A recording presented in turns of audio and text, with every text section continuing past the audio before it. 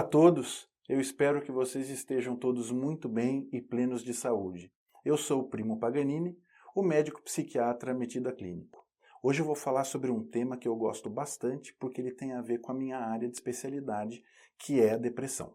Então eu vou mostrar tópicos bastante interessantes para vocês, como por exemplo, a depressão aparece em tomografia.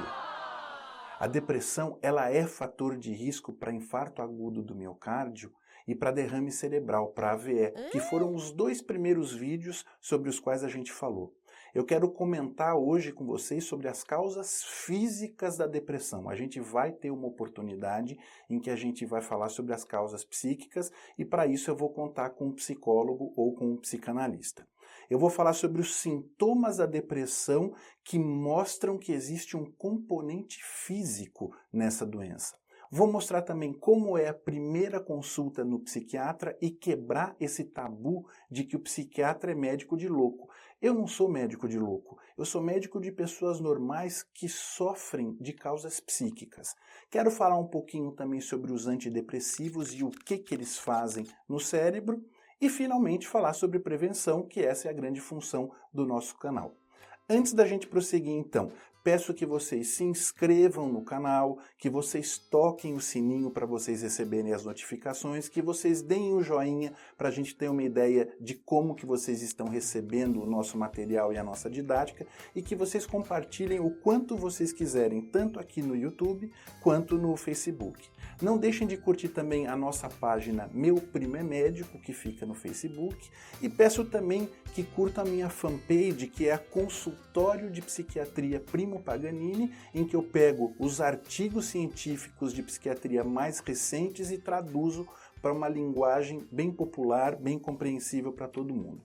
Quero mostrar para vocês então as fontes científicas dessa minha apresentação de hoje, que foi o Manual de Psiquiatria Clínica, o Manual de Clínica do Harrison e o Manual de Clínica do Current. Então vamos lá agora para a gente falar de depressão. Antes disso a gente vai brincar de médico, vamos brincar falando sério. Esse aqui foi um paciente tabagista de 48 anos que estava com uma febre muito alta e uma tosse com uma secreção muito grossa, uma secreção amarronzada. E aí no raio-x dele, a gente viu essa mancha branca aqui. O normal seria isso aqui que eu estou assinalando para vocês. O que será que ele tem aqui? Quem chutou pneumonia, acertou. Próximo caso é uma senhora, também tabagista, que fala de muita dor na barriga, que piora com alimentos ácidos ou quando ela come carne gordurosa. E na endoscopia dela, a gente viu muito sangramento e muitos coágulos. Isso aqui seria uma endoscopia normal. O que será que essa mulher teve? Quem chutou úlcera, acertou. Nesse próximo, era um molecão de 9 anos de idade que estava andando de bicicleta, foi atropelado, caiu e falou que estava com muita dor no braço direito. E a gente fez um raio-x e a gente viu essa pequena lesão aqui. Aqui a gente vê o que seria o raio-x normal do braço direito. O que será que é essa marquinha que ele tem? Quem chutou fratura, acertou. E agora a gente vai começar a entrar na parte legal aqui da nossa aula. Aqui a gente tem um tipo especial de ressonância e eu já falo de antemão para vocês. Isso aqui está alterado, esse exame está errado. O correto desse exame seria ele apresentar essas partes mais amareladas. O que esse amarelado significa? Ele significa que o sangue e os nutrientes estão chegando da forma correta no cérebro da pessoa. Então eu estou dizendo para vocês que este cérebro está alterado, ele não está recebendo sangue da forma adequada e não está recebendo glicose da forma adequada. Qual será que é o diagnóstico dessa pessoa? Essa pessoa tem depressão. Quero mostrar aqui uma outra tomografia também. Aqui a gente está vendo, nessa parte aqui, o paciente no caso estaria olhando para cá, então essa parte que eu estou mostrando aqui para vocês seria a testa, e aqui deveria ser vermelho, como a gente está vendo aqui, que significa que o sangue está chegando da forma correta. Então eu sei que o sangue não está chegando corretamente nessa parte. E justamente a cor vermelha, ela indicaria para mim que o sangue está chegando na forma adequada. Qual que é o diagnóstico dessa pessoa? Também é depressão. Então, o que eu estou trazendo de novo para vocês? que a tomografia, um tipo especial de tomografia, ele mostra pra gente que o cérebro daquela pessoa tem depressão. Eu não preciso da tomografia para fazer o diagnóstico da depressão. O diagnóstico de depressão é clínico, mas é sempre muito bom e às vezes para o paciente é um grande alívio saber que aparece em exame, porque daí ele sabe que o que ele tem de fato é uma doença e não é frescura, como todo mundo fala. Eu reforço nesse slide aqui. O médico não precisa pedir a tomografia para fazer o diagnóstico. A tomografia, ela indica para a gente que existe também um lado físico, um lado orgânico na causa da depressão. Aí começaram a estudar ainda mais, com mais profundidade, os pacientes com tomografia, e aí eles viram que existe uma diferença em uma determinada estrutura do cérebro entre pessoas que não têm depressão e pessoas que têm depressão, que é uma região do cérebro que se chama hipocampo, que ela é responsável pela memória. Então, só para mostrar, a pessoa estaria olhando para cá, né? Então aqui seria a testa dela, essa seria a região do hipocampo, que eu aumentei aqui para vocês. Por que chama hipocampo? Porque ela tem o formato de um cavalo marinho. Isso aqui vem do grego, né? Então, o hipocampo seria uma curva de cavalo, que é o que a gente está vendo aqui. Então, a gente vê que na pessoa que não tem depressão, o hipocampo é maior do que o da pessoa que tem depressão. É por isso que muitas vezes uma das principais queixas do paciente portador de depressão é a redução da memória. E faz sentido, porque na tomografia dele, na ressonância dele, eu vejo que o órgão responsável pela memória, o hipocampo, ele está reduzido. Então está aqui, acho que a conclusão número 1 que a gente tira. Existe também uma base física para a depressão e ela aparece em exame como tomografia. O paciente portador de depressão, ele morre do quê? Normalmente todo mundo vai falar suicídio. E qual que é a resposta? Não. O paciente que tem depressão, ele morre de doença cardiovascular. E é isso que eu quero mostrar para vocês. Vários estudos estão mostrando a relação entre depressão e sistema cardiovascular. Esse estudo aqui é um estudo muito importante, que a tradução dele é doença cardíaca e depressão. Não ignore essa relação. E ele foi feito em Cleveland, que é um centro extremamente reconhecido do ponto de vista da cardiologia.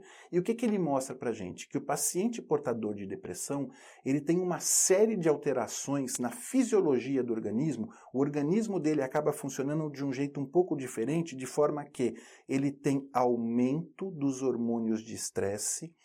Isso vai fazer com que ele tenha aumento da formação de trombose, com que ele tenha pressão alta, eu errei aqui, perdão, com que haja elevação do colesterol dele, hoje não está fácil, com que ele tenha aumento da glicemia dele, hoje eu estou devagar, viu? E que aumente o risco de arritmia. Ou seja, eu estou mostrando para vocês, então, eu já mostrei que a tomografia mostra que o cérebro do deprimido é diferente, e agora eu estou mostrando que a fisiologia do organismo, por causa da depressão, ela é diferente. Eu sempre brinco com os pacientes no consultório que se recusam a se tratar pelo cérebro deles, eu falo o seguinte, poxa, se você não quer se tratar pelo seu cérebro, por favor, se trata pelo seu sistema cardiovascular, que é para você não aumentar a possibilidade de você ter infarto ou de você ter derrame, de você ter o AVE. Então, a conclusão número 2, a depressão ela é fator de risco para doença cardiovascular. Então, vamos cuidar direitinho. Quantas pessoas costumam ter depressão? 5% a 12% de homens, 10% a 25% das mulheres, e até 30% dos pacientes que hoje em dia estão indo no cardiologista, no neurologista, no clínico geral, no nefrologista para fazer exames gerais, possivelmente eles estão apresentando depressão. E até 15% deles comete suicídio e eles costumam avisar até um mês antes de que eles têm o plano de se matar.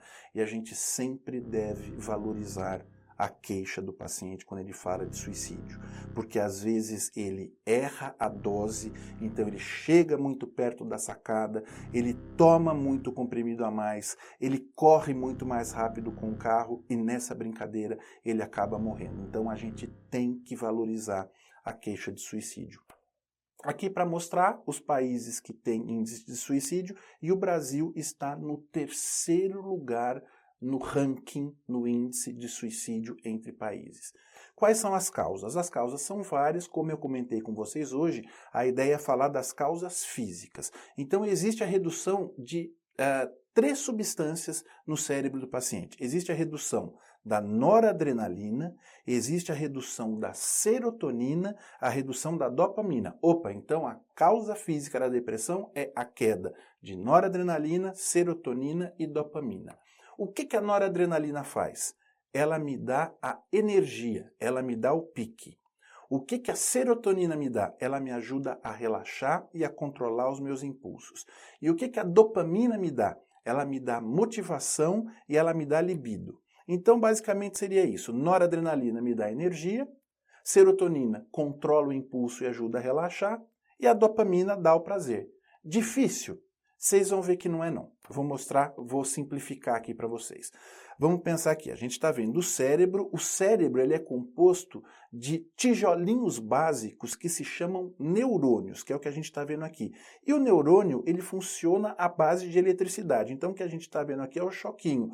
Neurologistas e psiquiatras, por favor, não fiquem bravos comigo de comparar o neurônio a um fio elétrico. Mas essa é a ideia, ele acaba funcionando como um fio elétrico. E cada neurônio, nós temos trilhões de neurônios e cada neurônio faz trilhões de comunicações com os outros. Só que cada neurônio produz um tipo de substância. Ou ele produz noradrenalina, ou ele produz serotonina, ou ele produz a dopamina. Vamos comparar então aqui o funcionamento do cérebro à caixa de distribuição elétrica. Então a gente está vendo aqui a caixa, a fiação que sai dela, que vai dar energia para a lâmpada, para a água do chuveiro, para o eletrodoméstico. O cérebro funciona de um jeito muito parecido. Então, a fiação do cérebro, os neurônios, eles vão liberar a noradrenalina, que me dá pique, a serotonina, que me ajuda a relaxar, e a dopamina, que me dá a sensação de prazer. O que é a depressão, então? É quando essa caixa de distribuição ou a fiação param de funcionar. Então, se não tem fiação funcionando, não tem luz elétrica. Não tem fiação funcionando, não tem água quente. Não tem fiação funcionando, não tem ventilador. Não tem fiação de noradrenalina funcionando, não tem energia. Não tem fiação de serotonina funcionando, não tem relaxamento. Não tem fiação de dopamina funcionando, não tem prazer. Simples. Difícil? É simples, gente.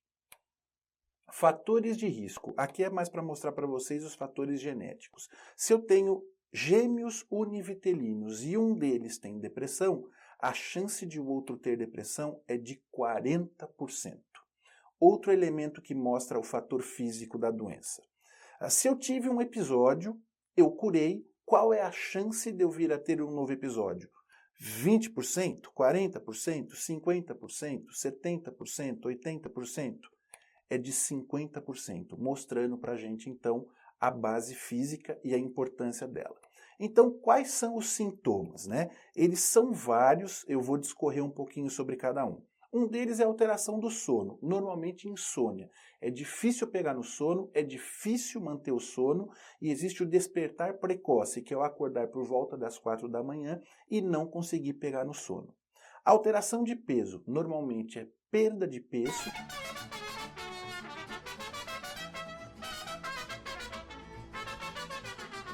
e perda de apetite. Desejo sexual. Normalmente existe uma redução tanto do desejo, quanto da excitação, quanto da lubrificação, da ereção e da capacidade do orgasmo. Memória. Muitos pacientes vêm com redução de memória e muitos até imaginam que eles têm Alzheimer, tamanha é a redução da memória. Então, normalmente a memória está muito reduzida, no caso da depressão. Lembram do hipocampo que eu mostrei lá atrás, a região do cérebro responsável pela memória? Está aqui a explicação, né, do sintoma. Como eu tenho uma redução da função do hipocampo, e dependendo do tempo de doença, eu tenho uma redução do tamanho, eu acabo tendo uma redução da memória. A capacidade de concentração fica muito reduzida, é uma queixa bastante importante dos pacientes. Uma queda muito importante do nível de energia. Autoestima baixíssima. Sentimentos de culpa e de indecisão. O humor deprimido, que é muito mais sério, muito mais forte do que uma tristeza e uma dificuldade bastante importante de sentir prazer. Como é a primeira consulta no psiquiatra? Ela é uma consulta igualzinha a qualquer outra. Então, o que eu vou fazer? Eu quero avaliar como está o organismo do meu paciente. Eu quero saber, então, como está o cérebro dele. Vou pedir exames para isso. Como está a tireoide, como estão os pulmões, como está o coração, como está o fígado, como está o pâncreas, como está a glicemia, como estão os rins, como está o colesterol, como está a medula óssea. Através do hemograma a gente acaba avaliando isso aí. E o tratamento biológico, então, quando eu quero tratar a parte biológica, os melhores tratamentos são aqueles que associam psicoterapia e antidepressivos. E quais são os tabus em relação aos antidepressivos? O antidepressivo, ele faz o cérebro voltar a produzir as substâncias que faltam. Então, o antidepressivo, ele não é o hormônio, ele não é o neurotransmissor, ele não é a noradrenalina, serotonina ou a dopamina. Ele é uma substância química que vai fazer o cérebro voltar a produzir o que ele não estava produzindo. Antidepressivo não vicia, não causa dependência. Os medicamentos na psiquiatria que poderiam causar vício ou dependência são tarja preta. Mas em qual condição que eles causariam isso? Se a pessoa fizer sem acompanhamento médico, se ela se automedicar e ela ficar aumentando a dose por conta própria. O uso do antidepressivo não vai ser pelo resto da vida, que isso é uma grande pergunta que os pacientes costumam fazer para a gente. O antidepressivo costuma levar de 20 a 30 dias para começar a mostrar os seus efeitos terapêuticos, isso é, os seus efeitos antidepressivos. Os antidepressivos todos são ansiolíticos em maior ou menor grau, e se houver efeitos colaterais, eles costumam ficar limitados aos primeiros dias de tratamento.